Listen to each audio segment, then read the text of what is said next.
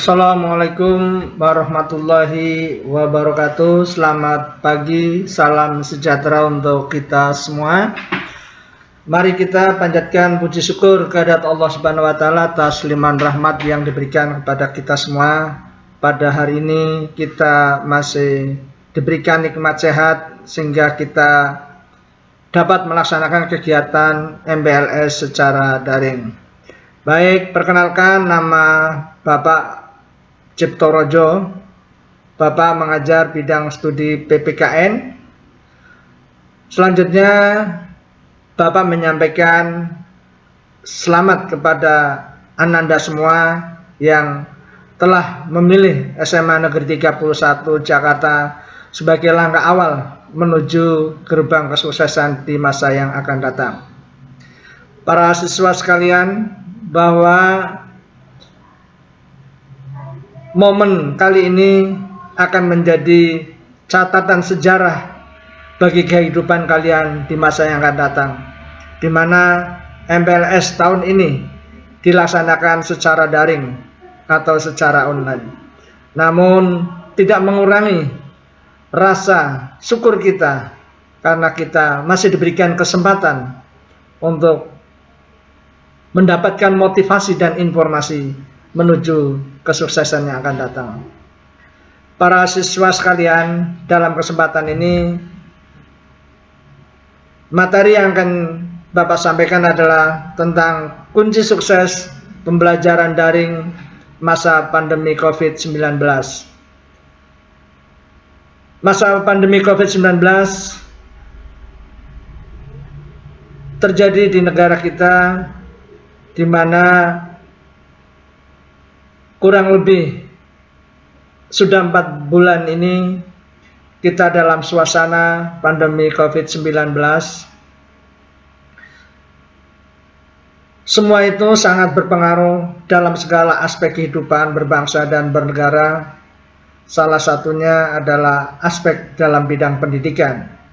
Dalam hal ini adalah tentang metode dan cara pembelajaran yang harus tetap dilakukan agar pembekalan ilmu, pembekalan pengetahuan tetap terus berjalan dengan melalui sarana, salah satunya adalah dengan online atau daring.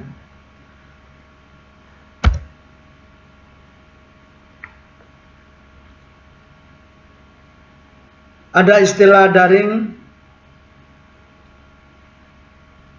Banyak orang menanyakan apa itu daring. Daring sendiri merupakan akronim atau singkatan dari 2 kata, dalam dan jaringan. Dalam bahasa Inggris kita mengenalnya dengan istilah online. Kemudian kita lawankan istilah itu dengan istilah luring, yaitu luar jaringan. Dalam kesempatan ini yang akan kita sampaikan adalah tentang daring atau online.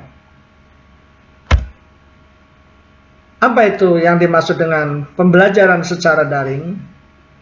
Pembelajaran secara daring adalah pembelajaran jarak jauh dengan menggunakan perangkat komputer atau gadget yang saling berhubungan, di mana pengajar atau guru dan siswa berkomunikasi secara interaktif dengan memanfaatkan media komunikasi dan informasi, atau yang sering kita namakan dengan tatap maya. Pembelajaran secara online di sini berarti kita perlu memanfaatkan suatu fasilitas dalam bentuk apakah itu HP, apakah itu laptop, apakah itu gadget, atau PC, atau komputer. Yang kemudian sarana ini kita hubungkan dengan jaringan, yaitu jaringan internet. Para siswa sekalian, bahwa teknologi yang kita gunakan tentu memiliki kendala yang sering kita rasakan, yang sering kita jumpai. Misalnya, bukan hanya siswa, termasuk Bapak Ibu guru juga mengalami kendala jaringan internet yang tidak stabil dalam melaksanakan pembelajaran daring. Selain itu, banyak guru juga yang belum terbiasa mengajar dengan memanfaatkan media daring yang sangat kompleks yang harus dikemas dengan secara efektif sehingga mudah diakses dan dipahami oleh siswa. Nah, kendala-kendala ini para siswa sekalian tentu menjadi catatan bagi kita semua agar di dalam melaksanakan pembelajaran, melaksanakan komunikasi ke depan agar betul-betul mempersiapkan agar maksud dan tujuan pembelajaran dapat tercapai dengan. Ada beberapa aplikasi yang bisa kita gunakan yang dapat mendukung terhadap proses dan pencapaian tujuan pembelajaran. Misalnya, kita bisa memanfaatkan WhatsApp Group, Google Classroom, Zoom Meeting, Google Form, Padlet, YouTube, Zoom, Bandicam, dan lain-lain aplikasi yang bisa digunakan untuk berjalannya sebuah proses pembelajaran. Para siswa sekalian, tentu berbagai aplikasi yang ada pasti memiliki kelebihan dan kekurangannya. Sehingga para siswa ke depan tentu harus lebih banyak lagi belajar bagaimana mengenal berbagai macam-macam aplikasi yang bisa digunakan untuk berkomunikasi, bisa digunakan untuk membangun kita berpikir kritis, untuk membangun kita supaya menjadi orang yang mengenal lebih, memanfaatkan aplikasi-aplikasi tersebut untuk meningkatkan ilmu dan pengetahuan kita sekalian. Bagaimana supaya pembelajaran secara daring itu bisa berhasil? Bagaimana supaya pembelajaran secara online ini berhasil? Dalam kesempatan ini, Bapak akan menyampaikan tips belajar di rumah yang asik dan menyenangkan. Dalam kondisi yang saat ini, tagar yang sudah ditetapkan oleh pemerintah adalah belajar di rumah. Oleh karena itu, bagaimana supaya kita tidak bosan, bagaimana supaya kita tidak jenuh dalam belajar di rumah. Oleh karena itu, ada beberapa tips belajar di rumah yang asik dan menyenangkan. Yang pertama, patuhi jadwal. Ikuti jadwal seperti di sekolah. Selalu berkomunikasi dengan guru agar apa yang kamu pelajari selaras.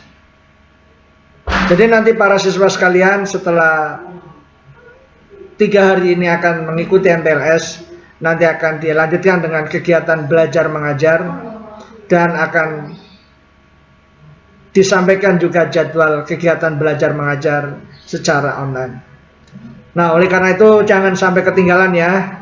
Kenapa? Karena jadwal ini merupakan panduan Bapak Ibu guru, termasuk panduan kalian dalam mengikuti pembelajaran di sekolah dengan jarak jauh. Sekali lagi, jangan sampai ketinggalan ya. Nah, selanjutnya cek tugas. Bahwasanya Bapak dan Ibu guru pasti setiap di akhir pembelajaran atau melalui pembelajaran yang kita sampaikan, pasti akan memberikan tugas-tugas untuk kalian. Supaya tidak lupa, dengan semakin bertambahnya mata pelajaran, semakin bertambahnya waktu, pasti tugas-tugas itu akan menumpuk.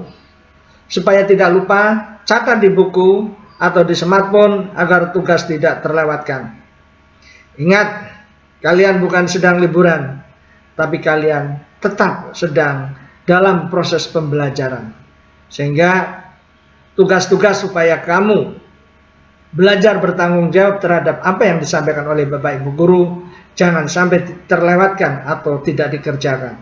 Karena kalau kalian lalai dengan tugas yang diberikan, tanggung jawab yang diberikan tidak dilaksanakan dengan baik, nanti akan berpengaruh terhadap nilai dan prestasi kalian yang akan diberikan oleh Bapak Ibu guru sekalian.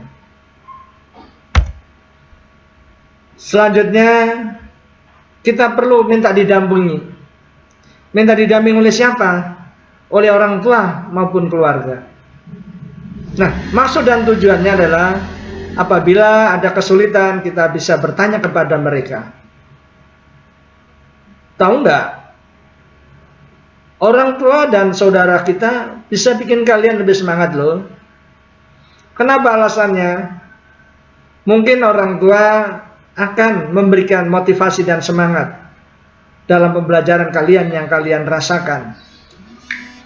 Orang tua juga akan memberikan motivasi kepada kalian untuk lebih bertanggung jawab lagi, untuk bisa mengikuti pembelajaran ini dengan baik. Selanjutnya, kontak guru apabila ada kesulitan. Oleh karena itu, nanti kalian wajib atau perlu mengenal Bapak Ibu guru masing-masing, salah satunya dengan cara mungkin dengan memiliki nomor kontak. Tujuannya apa? Agar kalian nanti persoalan-persoalan dalam belajar, persoalan-persoalan dalam mengikuti pelajaran dapat kalian atasi. Sehingga tidak perlu kalian takut lagi. Tidak perlu kalian malu. Ingat, ini terkait dengan prestasi kamu. Kalau kamu tidak mau bertanya, kamu takut bertanya, semakin kamu tidak mengerti. Tapi ketika kamu tidak mengerti, tidak paham dengan apa yang diajarkan oleh Bapak Ibu guru, jangan takut dan malu untuk bertanya.